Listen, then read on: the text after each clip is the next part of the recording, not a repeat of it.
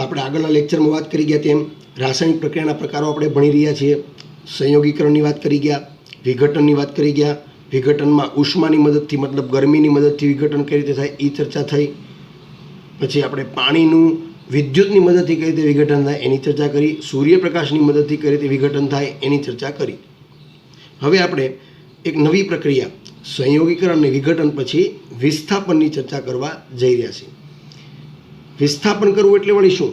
તો પહેલાં એક બેઝિક રીતે તમને સમજાવી દઉં વિસ્થાપન એટલે શું. માની લો કે એક્સ અને વાય નામના બે પદાર્થમાં ભેગા છે.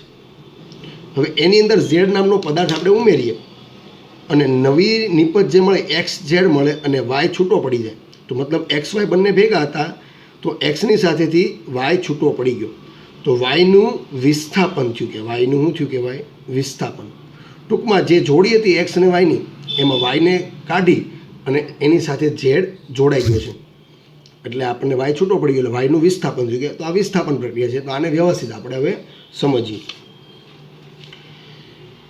હવે એક આપણે કોપર સલ્ફેટનું દ્રાવણ લેવાનું છે. કોપર સલ્ફેટ એટલે કે મોરથૂથું ભૂરા રંગનું દ્રાવણ છે. આપણે પાણીમાં ગળી કેવી નાખી હોય એના જેવું દ્રાવણ છે. કોપર સલ્ફેટનું દ્રાવણ લીધું. હવે આપણે 2-3 ખીલી લેવાની છે. હવે 2 ખીલી એની અંદર ડૂબાડી દેવાની. લોખંડની 2 ખીલી અંદર ડૂબાડી દેવાની અને 1 ખીલી આપણે બહાર રાખી મૂકશું જેથી સરખામણી કરવા થાય કે ભાઈ આ ખીલીમાં આ ખીલીમાં શું ફરક પડ્યો. 2 ખીલી અંદર ડૂબાડી દીધી, 1 ખીલી બહાર રાખી, અથવા તમે 1 ખીલી ડૂબાડો ને 1 બહાર રાખો, કોઈ વાંધો નથી. તો થોડાક સમય પછી તમે જોશો કે ભાઈ કોપર સલ્ફેટનો જે ભૂરો રંગ છે એ ભૂરો રંગ થોડોક મંદ પડે છે. મંદ પડે છે મતલબ કે આછો થઈ જાય. જેટલો એનો ઘટતા એની જેટલી સાંદ્રતા હતી એટલો ઘટ આ રંગ રહેશે નહીં, થોડોક આછો પડી જાય. અને આ એક પહેલું પરિવર્તન તમને જોવા મળશે. બીજું પરિવર્તન તમને જોવા મળશે કે તમે ખીલી બહાર કાઢશો એટલે ખીલીની ઉપર લાલાશ પડતું પડ જોવા મળશે. ઉપર આપણે કેમ કલર કરી દીધો હોય, ઉપર લોખંડની ખીલી હોય એના ઉપર લાલ રંગ કેમ કરી દીધો હોય એના જેમ લાલાશ પડતું પડ આ ખીલી ઉપર જોવા મળશે.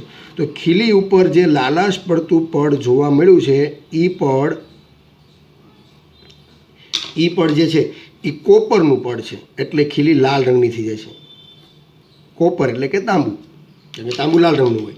તો કોપર સલ્ફેટમાંથી કોપર છૂટું પડી અને આ ખીલી ઉપર લાગી જાય છે.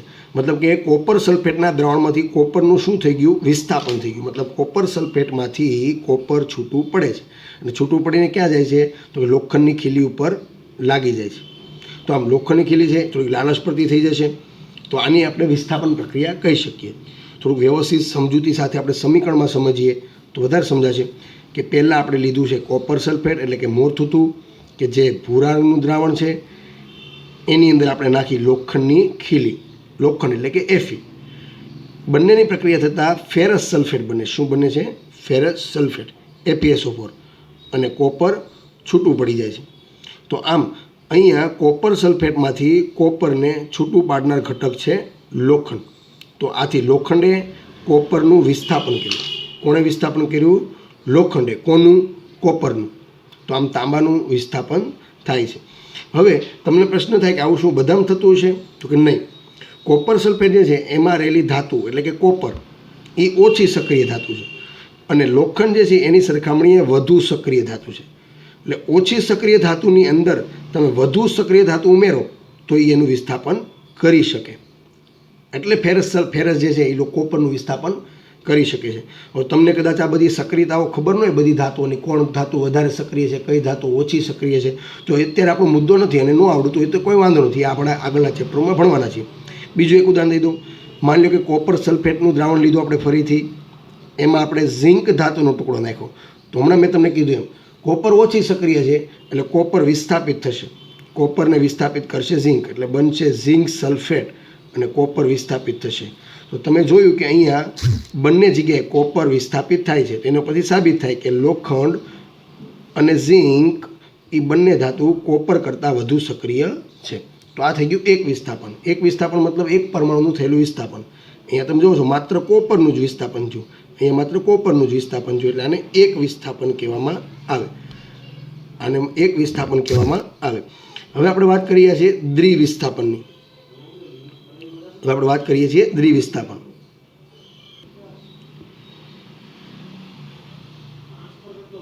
દ્વિવિસ્થાપનની અંદર 2 પરમાણુનું વિસ્થાપન થાય. આના કરતાં થોડું અલગ, મતલબ એક્સ અને વાય બંને ભેગા હોય એમાં આપણે ઉમેરશું એ અને બી, તો બનશે એક્સ એ અને વાય બી, મતલબ 2 પરમાણુનું વિસ્થાપન થાય. એક્સ છે એ એ સાથે જોડાશે અને વાય છે એ બી સાથે જોડાશે, તો આને દ્વિવિસ્થાપન કહેવાય. 2 પરમાણુનું વિસ્થાપન થતું હોવાથી આને દ્વિવિસ્થાપન કહેવાય. તો દ્વિવિસ્થાપનની વાત કરીએ આપણે. સોડિયમ સલ્ફેટ અને બેરિયમ ક્લોરાઇડનું આપણે દ્રાવણ લેવાનું 2-4 ગ્રામ, અને એને આપણે મિક્સ કરી દીધું. તો બેરિયમ ક્લોરાઇડ અને સોડિયમ સલ્ફેટનું આપણે દ્રાવણ લીધું.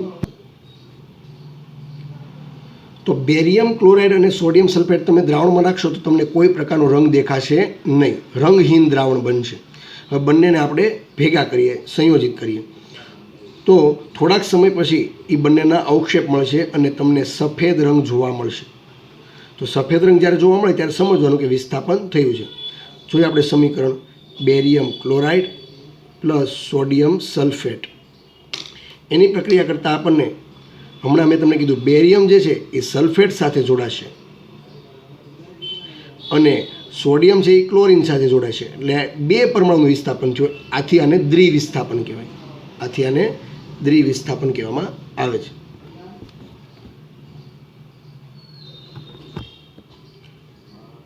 ફરીથી એકવાર, બેરિયમ ક્લોરાઇડ અને સોડિયમ સલ્ફેટ એના દ્રાવણને ભેગા કરીએ, રંગહીન દ્રાવણ બનશે, સફેદ રંગહીન દ્રાવણ બનશે.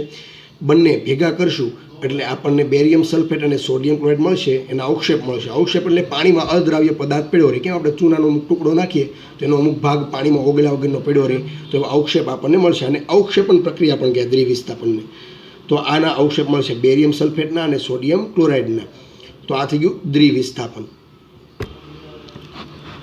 હવે લેશનની વાત કરી દઈએ તો કે તમને જે રાસાયણિક પ્રક્રિયાના પ્રકારમાં સંયોગીકરણ જે ભણાવ્યું, સંયોગીકરણની પ્રક્રિયાના જે ઉદાહરણો હતા એ મોઢે કરવા, લખવા, ચોપડીમાંથી નવનીતમાંથી જે મળે તે 1-2 ઉદાહરણ વધારે ઓછા લખો તો કોઈ વાંધો નથી.